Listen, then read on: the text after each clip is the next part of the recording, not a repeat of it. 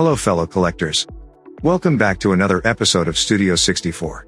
In this episode, we shall unbox and review a new model release from Tarmac Works under their Global 64 line. The Pagani Zonda Cinque Verde Firenze. But first, I'd like to thank my friends from Tarmac Works for sending this model to feature and review on this channel. Not to be mistaken as a sponsored video though. The review will still be as objective as possible. Tarmac Works actually sent me 3 models to feature, which will be shown in upcoming episodes very soon.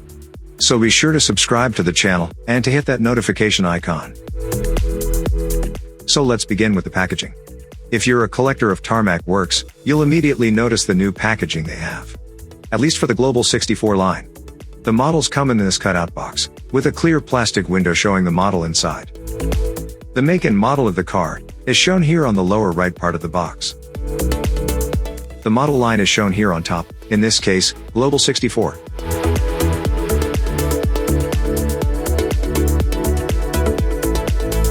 The back of the box has this cool artwork of the car. I believe these artworks at the back are meant for the display shelves.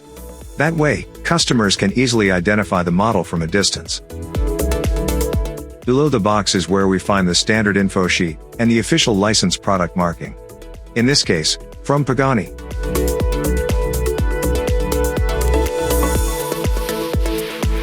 And as we open the box, here are some cool facts about this car. The word Cinque means 5 in Italian, and Verde Firenze means green Florence, the city in Italy. I really don't know if I pronounce it correctly, so here's Valentina to tell us how to pronounce it properly. You pronounce it as Pagani Zonda Cinque Verde Firenze. Thank you, Valentina. Prego, Miki. Pagani intended to make this their last iteration of the Zonda line, being a road-legal version of the Zonda R. The Zonda Cinque was conceived. Only 5 were built, hence the name. Each one of them is of different colors. Red, yellow, orange, pearl white, and this green version. Interestingly, the Zonda Cinque was developed at the request of a Pagani dealer in Hong Kong. I must say, I do like this new packaging implemented by Tarmac Works.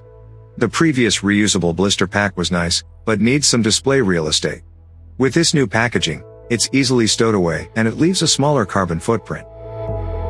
The model is encased in this familiar plastic shell, similar to other brands like Mini GT and TLVNs. And here it is. Although this is a new release from Tarmac Works, this is not a new tooling if I'm not mistaken. Their Owners Club model last year was a Zonda Cinque as well, in a carbon fiber finish, and was under the Hobby 64 line.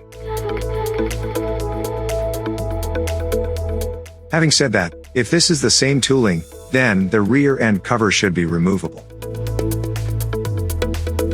And it does. A few twist and nudge, we can remove the rear end, exposing the engine detail. But more on that later on the review. While we're on this rear end, let's check if it's fastened securely. Yes, it is. Cool. This model, being a real-world replica of the Cinque Verde Firenze, the most distinguishable feature would definitely be the paint finish. The paint finish is smooth and evenly applied. As for the color, I do find this shade of green a tad lighter than the ones I've seen online. But I haven't really seen the actual car, so this would just be my personal observation.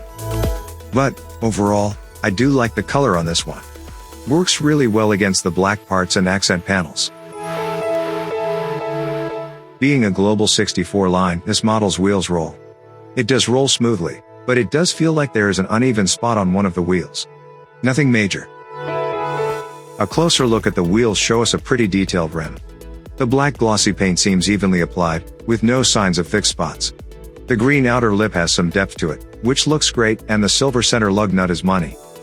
Tires are made of rubber, are nice and wide, and with tread details. The side mirrors seem to be part of the metal diecast, and has a reflective sticker on it. It does have this access tab on the corner though. On the front end, you'll notice that the headlights aren't glistening. It's because it's painted on, and not actual plastic inserts. And apart from these headlights, and the projector lamps on the front spoiler, not much detail is in here. This top profile is very striking. I especially like this green line on the center, running from end to end. Also worth noting the windshield wiper, it's not a separate part even it does look so.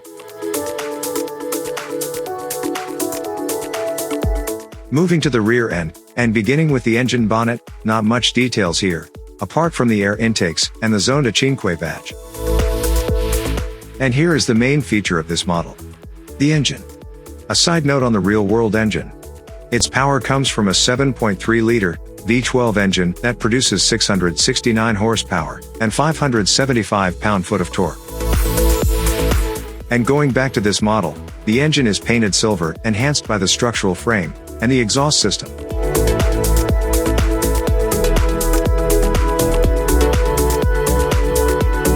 Continuing with the rear end, we can see other notable features, beginning with the rear wing.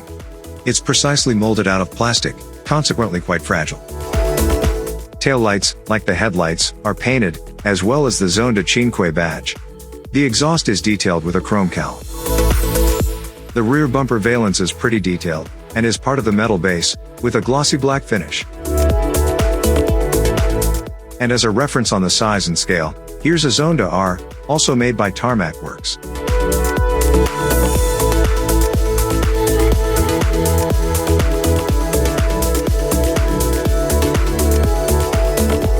And there you have it. The Pagani Zonda Cinque Verde Firenze by Tarmac Works, under the Global 64 line. A late December 2021 release, this model is very new. Though it's not a new tooling, I believe this would be welcomed with open arms in the diecast community, since this is an actual representation of an existing Cinque. My thoughts on this? Well, apart from being a really nice casting, I do have one thing that I wish they've done on this model. I do wish it was lower. Just like in the Zonda R. Other than that, and as a Pagani fanboy, I do recommend this model. What do you guys think? Do leave your comments below. Thanks for watching. Do watch out for more 164 diecast reviews on this channel. Be safe.